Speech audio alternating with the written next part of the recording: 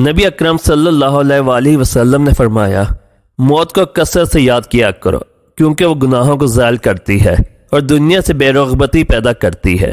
سیدنا حسن بصری رحمۃ اللہ علیہ فرماتے ہیں، جس نے موت کی یاد دل میں بسا لی تو دنیا کی ساری مصیبتیں اس پر آسان ہو جائیں گی۔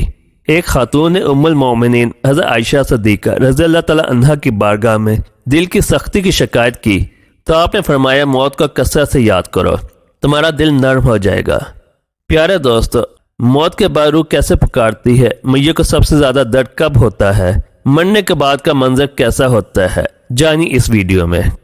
حضرت زید سے روایت ہے کہ نبی کریم صلی اللہ علیہ وآلہ وسلم نے فرمایا کہ میت پر سب سے زیادہ سخت حالت اس وقت ہوتی ہے جب کہ غسل دینے والا اس کو نہلانے کے لیے آتا ہے، اس کی انگلی سے انگوٹھی اتارتا ہے، جسم سے لباس اتارتا ہے، سر سے امامہ جدا کرتا ہے، اس کی روح بے چین ہو کر فریاد کرتی ہے، جس کی آواز جن و انس کے سوا سب سنتے ہیں، اور کہتی ہے، اے نہلانے والے، تجھ کو خدا کی قسم میرے کپڑے بہت نرمی سے اتارو، کیونکہ ملک الموت کے پنجے کی تکلیف سے مجھے پوری طور پر ابھی آرام نہیں ملا۔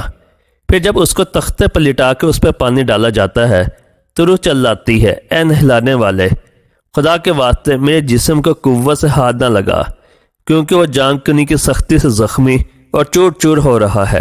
پھر جب نہلا کے اس کو کفناتے ہیں اور پاؤں کی طرف سے باندھ دیتے ہیں تو روح کہتی ہے، اے غسل دینے والے، خدا کے لیے ابھی سر کی طرف سے میرے کفن میں گرا نہ لگا، تاکہ میرے بیوی بچے اور تمام رشتہ دار دنیا میں آخری بار میری صورت دیکھ لیں، کیونکہ آج میں ان سے بچھڑ رہا ہوں اور اب قیامت تک یہ میری صورت نہیں دیکھیں گے۔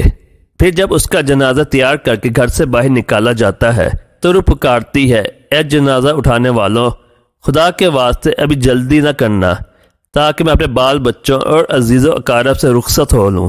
اے جنازہ اٹھانے والوں، میں اپنی اولاد کو آج یتیم اور بیوی کو بیوہ چھوڑے جاتا ہوں، خدا کے لیے میرے بعد ان کو تکلیف نہ دینا۔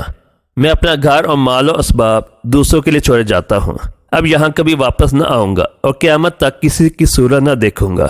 پھر جب جنازہ اٹھا کر لے چلتے ہیں تو میت کہتی ہے، اے میرے بھائیو، میں نے آج تک جو کچھ مال و اسباب جمع کیا تھا وہ صرف وارثوں کے لیے تھا، آج ان میں سے کوئی میرے گناہوں کا ذرا سا بوجھ بھی نہیں اٹھا سکتا، ہر چیز کا حساب مجھ سے لیا جائے گا اور میرے وارث کھائیں اور اڑائیں گے۔ پھر جب نماز جنازہ کے بعد دفن سے پہلے کچھ لوگ اپنے اپنے گھر جانے لگتے ہیں تو میت کہتی ہے، اے میرے بھائیو، خدا کے واسطے ابھی سے ایسا ظلم نہ کرو، مرنے والا تم سے مانوس تھا اور تم دفن سے پہلے لوٹے جاتے ہو۔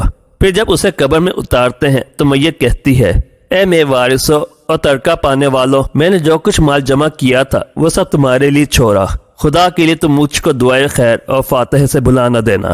بزرگوں کا قول ہے کہ آخرت کی منزلوں میں سے قبر پہلی منزل ہے، اگر اس منزل میں نجات پائی تو اس کے بعد کی منزلیں بہت آسان ہیں، اور اگر یہاں عذاب میں مبتلا ہوا تو آگے چل کر اس سے زیادہ سختی ہوگی۔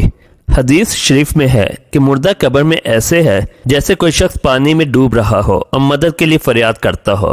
مردہ ہر وقت اپنے ماں باپ، بھائی بہن یا اولاد اور دوست وغیرہ اپنے پسماندگان سے دعائے خیر اور فاتحہ کا منتظر رہتا ہے۔ جب اس کو اس کے پسماندگان کی طرف سے کوئی تحفہ ثواب پہنچتا ہے تو اس کے لیے تمام دنیا اور جو کچھ دنیا میں ہے اسے محبوب و مرغوب ہوتا ہے، اور اللہ تعالیٰ اس کے رشتہ داروں کی دعائے خیر کے ثواب کو قبرستان والوں پر پہاڑوں کے برابر داخل فرماتا ہے۔ موت ایک دروازہ ہے جس میں سب لوگوں نے داخل ہونا ہے۔ حضرت عثمان رضی اللہ تعالیٰ عنہ جب کسی قبر پر جاتے تو اتنا روتے کہ ان کی داڑھی آنسوں سے تر ہو جاتی۔ آپ سے پوچھا گیا، آپ جنت اور جہنم کا تذکرہ کرتے ہیں تو نہیں روتے مگر قبر دیکھ کر روتے ہیں؟ کہنے لگے، رسول اللہ صلی اللہ علیہ وآلہ وسلم نے فرمایا کہ قبر آخرت کی پہلی منزل ہے، لہذا اگر مرنے والا اس سے نجات پائے تو بعد کے مناظر اس سے کہیں زیادہ آسان ہے، اور اگر اس کی تکلیف سے نجات نہ پائے تو بعد کے مراحل اس سے بہت زیادہ سخت ہیں۔ اور فرمایا کہ رسول اللہ صلی اللہ علیہ وآلہ وسلم کا ارشاد ہے، میں نے کبھی کوئی منظر نہیں دیکھا مگر قبر اس سے زیادہ سخت ہے۔ کیا ہمارے لیے ان قبروں میں عبرت نہیں ہے؟ دیکھیے، مالدار، فقیر، طاقتور اور کمزور دنیا میں لوٹنے کی خواہش رکھتے ہیں، مال جمع کرنے اور محل بنانے کے لیے نہیں، بلکہ اس لیے کہ کاش ہمیں ایک نماز پڑھنے کی مہلت مل جائے، کاش ہمیں ایک دفعہ سبحان اللہ کہنے کی فرصت دے دی جائے، لیکن اب ناممکن ہے۔ اب اعمال نامے لپیٹ دیے گئے ہیں، روح جسم سے نکال لی گئی ہے، زندگی کی مہلت ختم ہے، اب ہر میت اپنے عمل کے مرحوم ہو کر قبر میں پڑی ہے۔ ایک حاجت مند حضرت عثمان غنی رضی اللہ تعالیٰ عنہ کے دروازے پر غروب آفتاب کے بعد آیا۔ ابھی اس نے دستک نہ دی تھی کہ حضرت عثمان غنی رضی اللہ تعالیٰ عنہ کی آواز اس کے کانوں میں پڑی۔ وہ اپنی اہلیہ سے شکایت کر رہے تھے کہ چراغ کی بتی موٹی ہے جو تیل زیادہ استعمال کرنے کا سبب بن رہی ہے۔ حاجت مند نے جو سنا تو وہ سوچتے ہی رہ گیا کہ وہ ایسے شخص سے حاجت پوری کرنے کی کیا توقع کرے جو تیل کے معمول سے زیادہ خرچ پر اپنی بیوی کو سرزنش کر رہا ہے۔ اس نے ارادہ کیا کہ حاجت بیان کر کے دیکھوں، شاید میری کچھ امداد کر ہی دے۔ دستک سن کر حضرت عثمان رضی اللہ تعالیٰ عنہ باہر آئے اور حاجت مند نے اپنی حاجت بیان کی اور لہجے میں زیادہ زور دیتے ہوئے کہا کہ ضرورت کچھ زیادہ ہی ہے۔ حضرت عثمان رضی اللہ تعالیٰ عنہ نے اس شخص کا ہاتھ تھاما، بستی سے باہر لے گئے جہاں آپ کا سامان تجارت بڑی تعداد میں رکھا ہوا تھا۔ فرمایا یہ سب تیری نظر ہے، کیا اس سے تمہاری ضرورت پوری ہو جائے گی؟ وہ شخص حیران ہکا بکا دیکھتا رہ گیا۔ چنانچہ اس نے عرض کیا حضرت یہ سب کچھ میری ضرورت سے زیادہ ہے۔ امیر المؤمنین نے فرمایا مجھے خوشی ہے کہ یہ تمہاری ضرورت سے کم نہیں۔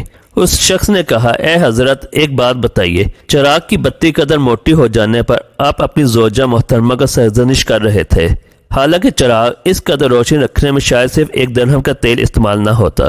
وہ تو آپ کا گوارا نہ ہوا اور یہاں ہزاروں کا سامان مجھے بلا تحمل دے رہے ہیں۔ تب آپ نے فرمایا بھئی چراغ میں تیل کا زیادہ اسراف ہے اور زیادہ اسراف اللہ کو پسند نہیں، اور مجھے اللہ کے حضور اپنے اعمال کی فکر رہتی ہے۔ یہاں مجھے فکر اعمال لاحق ہے، اس لیے میں نے سرزنش کی۔ سامان تمہارے اللہ کی خوشنودی کے لیے صدقہ دیا ہے، اس پر اجر کی امید ہے اور وہاں پہ حساب کا خوف ہے۔ اللہ تعالی ہم سب کو دین کی سمجھ نصیب فرمائے اور ہمارا خاتمہ ایمان پر فرمائے، آمین۔ پیارے دوستو، امید کرتے ہیں کہ آپ کو آج کی ویڈیو اچھی لگی ہوگی۔ اگر آپ اس چینل پر نئے ہیں تو چینل کو سبسکرائب کر دیں اور بیل آئیکن کو پریس کر دیں تاکہ آپ اس طرح کی مزید اسلامی واقعات پر مبنی ویڈیو سے مستفید ہو سکیں۔